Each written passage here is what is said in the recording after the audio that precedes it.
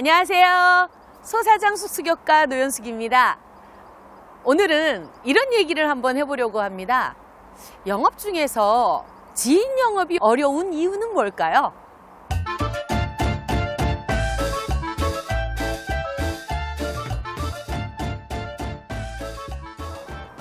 영업이라고 하면 우리가 뗄래야 뗄 수가 없잖아요. 우리가 살아가는 데 있어서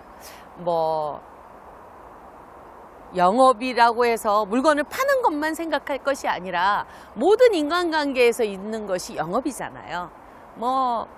아이와 나와의 관계에서도 영업이 존재하고 친구와 나와의 관계에서도 영업이 존재하는 거죠. 물론 거래를 영업으로 표현했을 뿐입니다. 그 중에서 영업을 하는 것 중에 더구나 물건을 팔아야 된다고 하면 심적 부담이 콱 오겠죠? 그 중에 더구나 지인에게 영업한다. 이건 너무나도 힘들고 어려운 일이라고 생각합니다. 왜냐하면 많은 분들이 그런 이야기를 해요.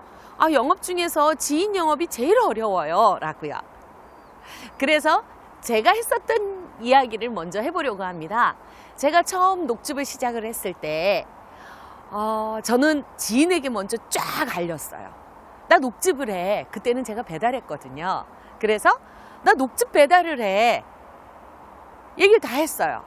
그러니까 친구들이 그래? 내가 한 번은 도와줘야 되겠다 할 때 친구들이 도와주더라고요. 제가 그 이야기를 할 수 있었던 것은요. 제가 녹즙을 공부해보고 영업을 해야 되겠다라고 생각을 했을 때 가장 먼저 와닿았던 것이 이렇게 좋은 거 내 가족, 내 친구, 내 주변에 있는 사람들한테 알려야 되겠다라는 생각이 들더라고요. 왜냐고요? 좋으니까요. 내가 선택한 제품이 너무나도 좋으니까 지인에게 소개하지 않고 가족에게 소개하지 않는다면 누구한테 주지? 라는 생각을 했어요. 아무도 모르는 사람들에게 먼저 팔기보다는 내 주변에 있는 사람들에게 먼저 팔아야 되겠다라는 생각이었어요. 굉장히 단순했습니다. 제 출발점은. 그래서 주변에 다 알렸죠.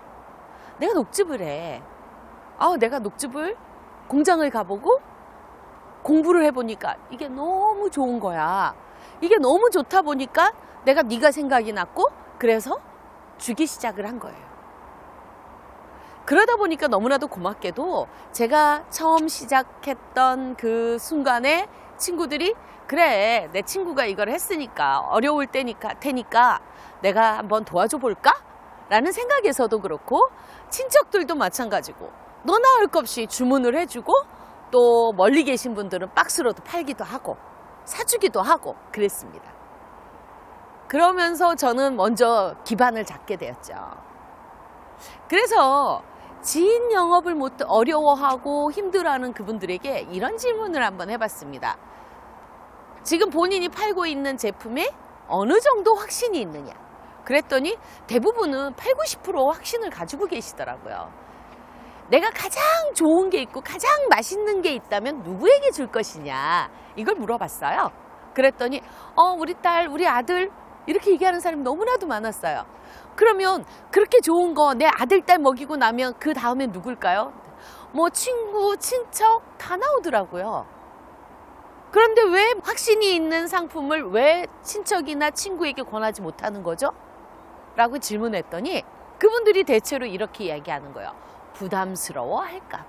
제가 제 직원이 그런 이야기를 하더라고요. 사장님 부담스러워 할까 봐 내가 못 꺼냈는데 걔네 집에 갔더니요. 세상에 큰 대형마트에서 파는 상품을 사서 먹고 있더라고요. 그래서 제가 그것과 우리 거를 비교를 해봤더니 차이가 많이 나더라는 거예요. 왜 같은 가격을 주고 이거를 먹냐 이렇게 얘기를 했더니 네가 얘기 안 했잖아 이러더라는 거죠. 여러분들이 지인에게 뭔가를 팔 수 없다면 가장 먼저 점검해야 될 것은요. 내가 이 상품에 대한 어느 정도의 확신이 있느냐. 내가 어느 정도 이 제품으로 인해서 친구나 친척에게 이득을 줄 수 있느냐. 이것이 중요합니다. 그렇다면 확실히 이득이라고 생각하신다면 분명히 그 사람에게 권할 수 있겠죠. 그럴 땐 가벼운 마음으로 하십시오. 어떻게요? 그 사람은 선택을 할 수도 있고 거부를 할 수도 있어요. 그런데 미리 겁먹고 거부할 거야 라는 생각을 한다면 내가 말을 못 꺼내게 되겠죠. 그 선택은 누가 하느냐? 상대방이 하는 거예요. 그렇지만 나는 그 상품이 좋으니 권할 뿐이라는 마음가짐을 갖는다면 굉장히 좋겠죠. 여기에서 한 가지 팁을 드린다면요. 제가 잘 쓰는 방법 중에 하나인데요. 왜 대부분이 부탁을 할 때 어떻게 하죠? 만나서 이런저런 얘기 다 하다가 마지막에 가서 사실은 내가 이렇게 조금 힘든 일이 있으니까 나 좀 도와줄래? 이렇게 이야기하거든요. 이젠 그러지 마십시오. 아주 가벼운 마음으로 내가 만나면서 너에게 이런 부탁을 할 거라는 것을 먼저 예시를 주는 게 좋습니다. 오늘 내가 뭔가 너한테 얘기할 게 있어서 왔어. 아주 가볍게 먼저 던져주세요. 그리고 천천히 이야기를 이어나가시면 됩니다. 말미로 끌면 끌수록, 대화 끝으로 가면 갈수록 이 사람이 나한테 얼마나 큰 부탁을 하려고 이러나 하는 마음 부담감을 갖게 되는 거죠, 상대방은. 상대방에게 부담감을 주지 않으면서 가벼운 마음으로 오늘 내가 정말로 좋은 걸 가지고 나왔어. 너한테 얘기 한번 해보려고 해. 에서부터 출발하십시오. 그리고 그가 선택하는 것에 대해서 내가 너무 부담 갖지 마세요. 그 사람은 오케이도 할 수 있고 노도 할 수 있다라는 사실. 요거를 기억하신다면 지인 영업이요 다 해볼 수 있습니다. 왜냐? 그 상품에 대한 확신이 있으니까요. 지금까지 영상을 들어보셨는데요. 제가 정리 한번 해봐 드릴게요. 첫 번째, 내가 이 상품에 대해서 얼만큼 자신이 있느냐. 내 마음가짐을 한번 살펴보시면 좋습니다. 두 번째, 지인에게 이 상품을 골라주고 권한 것에 대해서 그 친구의 선택에 너무 마음 쓰지 말아라. 좀 내려놔라. 이런 이야기예요. 세 번째, 내가 권하지 않아도 그 누군가는 그 상품을 먹고 있거나 사고 있다는 사실. 그러니까 내가 권해줬을 때 좀 더 편하게 하셔도 된다는 거예요. 어떠세요? 이것이 여러분들이 탄탄해진다면 여러분들이 지인 영업이 쉬워지지 않을까요? 오늘 영상 어떠셨나요? 도움이 되셨나요? 네, 오늘 소사장 숙수교과 노연숙이었습니다. 여러분들의 삶이 달라지고 여러분들의 삶이 쭉쭉 성장하는 그 순간까지 함께 하겠습니다.